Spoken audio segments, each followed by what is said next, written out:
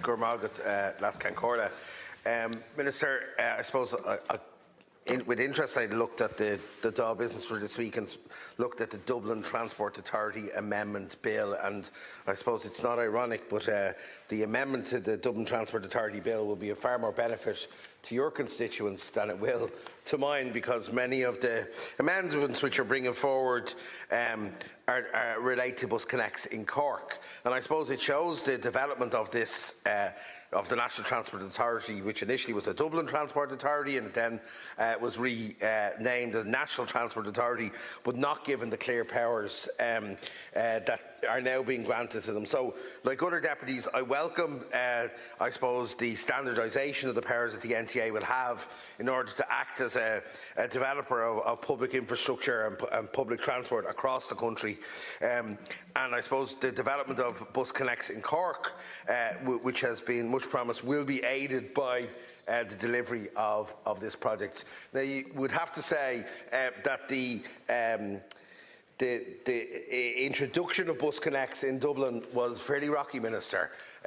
Like, there's many a deputy that has been elected to this House campaigning against what the NTA was proposing, because in many cases they went against what local communities wanted. And I think there wasn't enough of an understanding at the beginning for the NTA to really understand how people use the bus services. You know, clusters of people that might use a particular school that might be some distance away, but they picked that school because there was a route near their area, and therefore it might make no logical sense on a map, but when you look that there's a bus route from A to B, you can absolutely see the logic of why people might have picked that particular school. So I would say that there needs to be far more engagement in Cork at an earlier level, and much of the learnings of what happened in Dublin need to be taken on board. There's no doubt on some services the NTA did listen. They made significant changes. They restored services. They saw a logic. And in those places, it was often when the community came together and in documented form indicated the passenger experience. I was never a fan of signing the petition, because the petition just showed how many people were against something. But actually showing that the NTA why the service was being used in the way it was did have an impact, and the NTA did listen. In other areas they pushed ahead, and they pushed ahead the introduction. So, as my colleague has said here earlier, the 23 and the 24, the F1, 2 and 3 in Finglas, you know, the idea of removing a direct connection to the O'Connell Street, Henry Street traditional shopping area for those people from Finglas and Glasnevin, the idea of reducing the speed and frequency of the old 40 buses with the new F1, 2 and 3. You can't walk through this House, Minister, without an usher stopping you and telling you that his F1 or his F2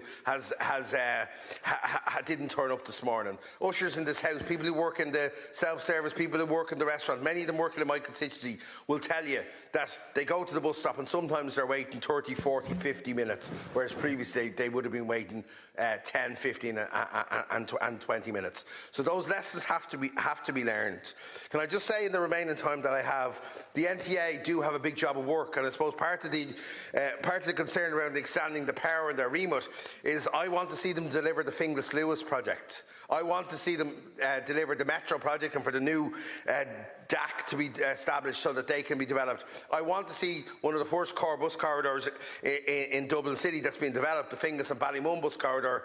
I want to see it started, because it was due to start in March, Minister, and I haven't yet seen the shovel in the ground that were promised in March and April. So we want to see the core bus corridors in place. We want to see logic in it as to how they're applied. There are, of course, there are going to be disagreements, but it's about communicating those, and constantly we have to make sure we have fora for local people to engage in. Local people engaging are not a nuisance, they're a way of improving a service, and they're an opportunity to communicate a change. So I would say, Minister, we have to make sure that these big infrastructure projects are delivered. The critical infrastructure bill is a very important part of that. I will continue to make the case for Finglas Lewis.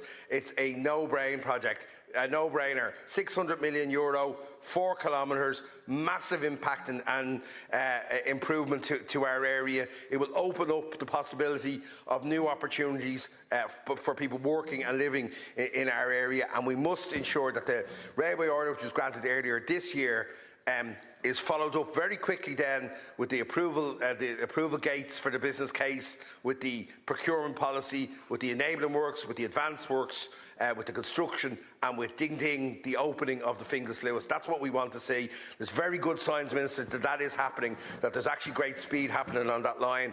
I want to make sure that there's no slippage, and I'm going to make sure everything I do in this House, in my power, to make sure that that project is delivered. I ask you to continue to support the Minister, and I know your colleague, Minister O'Brien, does as well. Go round it.